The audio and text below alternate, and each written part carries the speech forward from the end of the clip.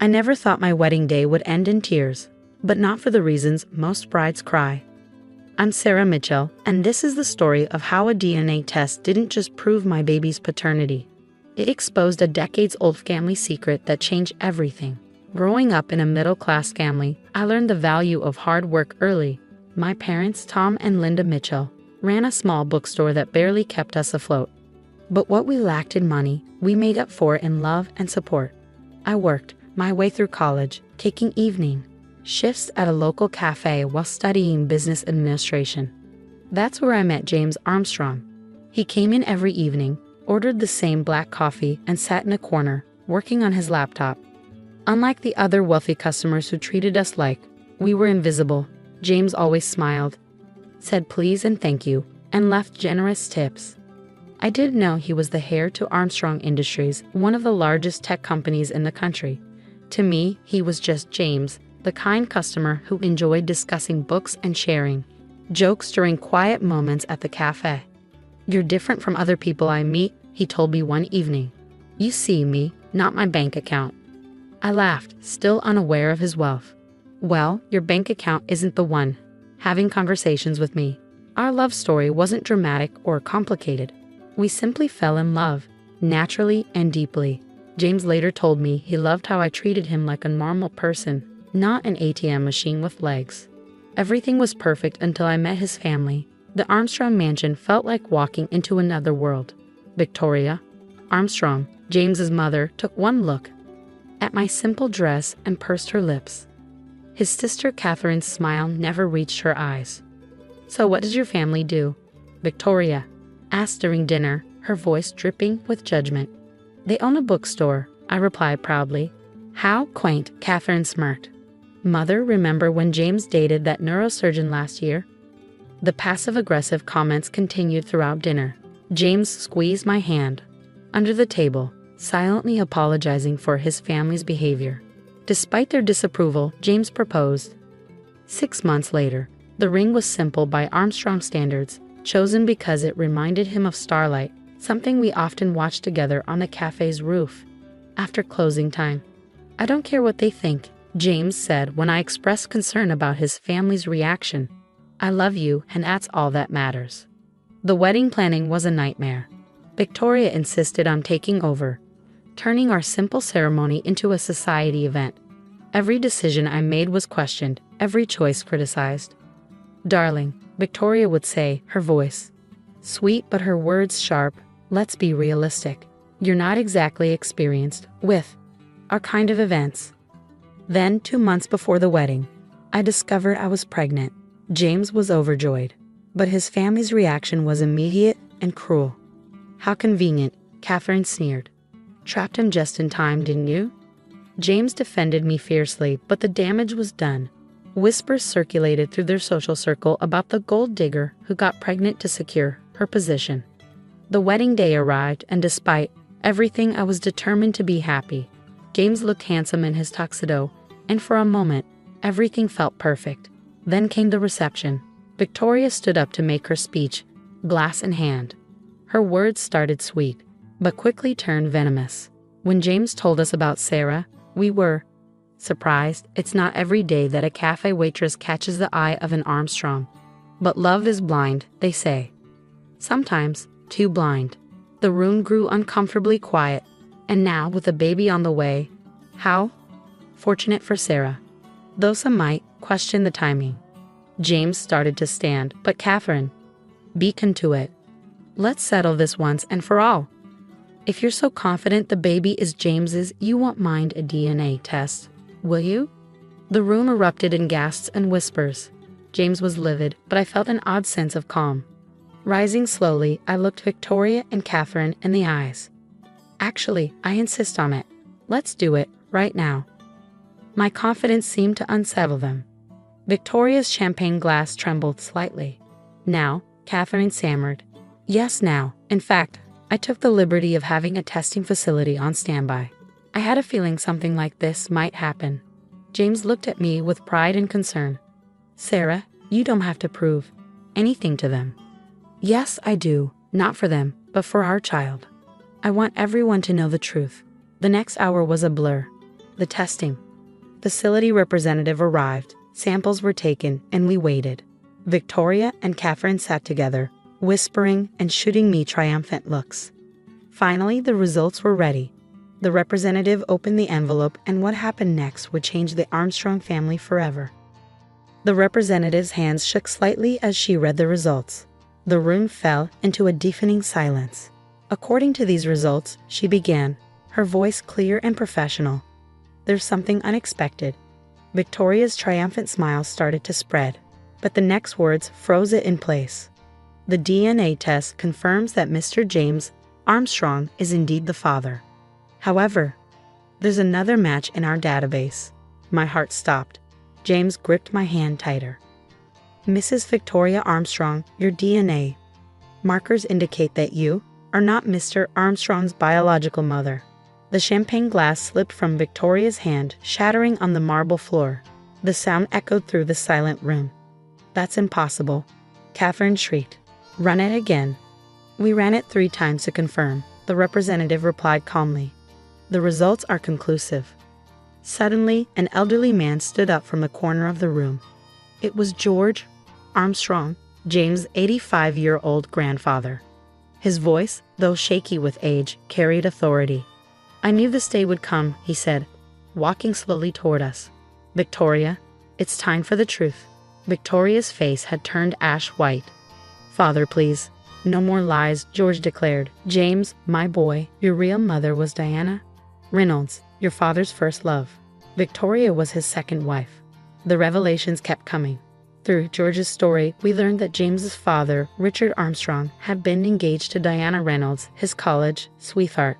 They had married in secret because the Armstrong family disapproved of her modest background. Diana died in childbirth, George continued, his voice heavy with regret. Richard was devastated.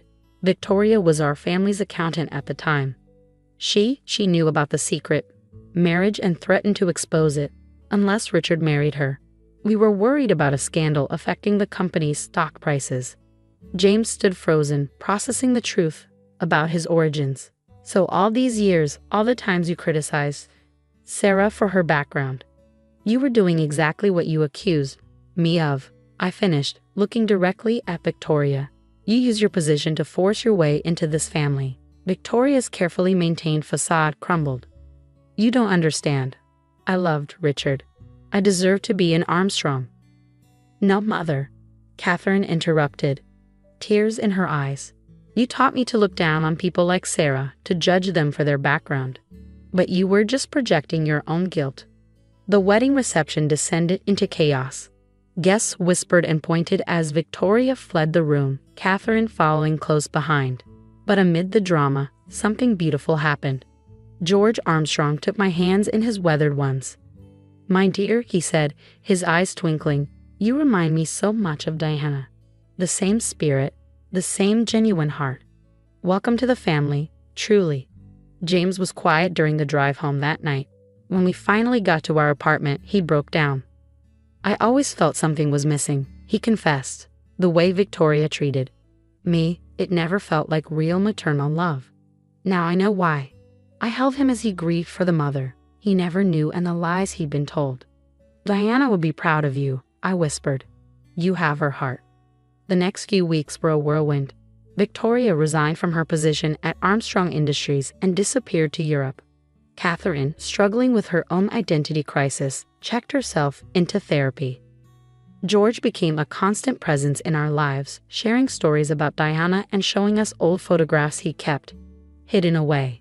In them, I saw James's smile, his kind eyes. Diana was a waitress too, you know. George told me one afternoon as we looked through the albums. That's how she met Richard. Love doesn't care about bank accounts. But the story wasn't over. One morning, about a month after the wedding, a letter arrived. The return address was from a law firm I didn't recognize. The letter sat unopened on our kitchen counter for hours. James stared at it, his coffee growing cold. It's from Diana's family lawyer, he finally said. Grandfather told me they might contact us. With trembling hands, we opened it together. As we read, our eyes widened. Diana Reynolds hadn't just been a waitress. She'd been an heiress who gave up her fortune to marry for love. Your mother, the letter explained, came from old money, but her family disowned her for marrying your father. Before her death, she created a trust in your name.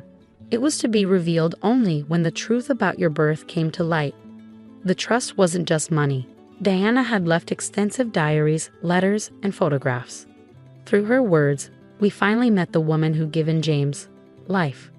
My dearest baby, one letter read, "If you're reading this, I'm no longer there. But know that every breath I took was filled with love for you. I pray you'll find someone who loves you for who you are, not what you own." As I watched James read his mother's words, my hand resting on my growing belly, I felt Diana's presence. She faced the same judgment I had, the same accusations of fortune hunting. Ironically, Diana's inheritance made her wealthier than the Armstrongs. The trust had grown substantially over the years, now worth billions. Victoria's worst fear had come true. The gold digger she replaced had been richer than her all along. But money wasn't what healed our family. It was truth. George moved in with us, his health failing but his spirit strong. He spent hours telling stories about Diana and Richard's love story, helping James connect with his real heritage. Catherine showed up one day, tears streaming down her face. "I've been seeing a therapist," she said. "I realized I became exactly what Mother trained me to be, judgmental, materialistic. Can we start over?" Over time, she became the sister I never had. When our daughter was born, we named her Diana. Catherine was her godmother. Victoria tried to reconcile once news of Diana's fortune became public. She showed up at our door, all apologies and excuses. "I've changed," she claimed. "I understand now what really matters." James listened politely but firmly showed her out. "The money didn't change who Sarah was," he said, "and it hasn't changed who you are either." As I write this, baby Diana is sleeping in her crib.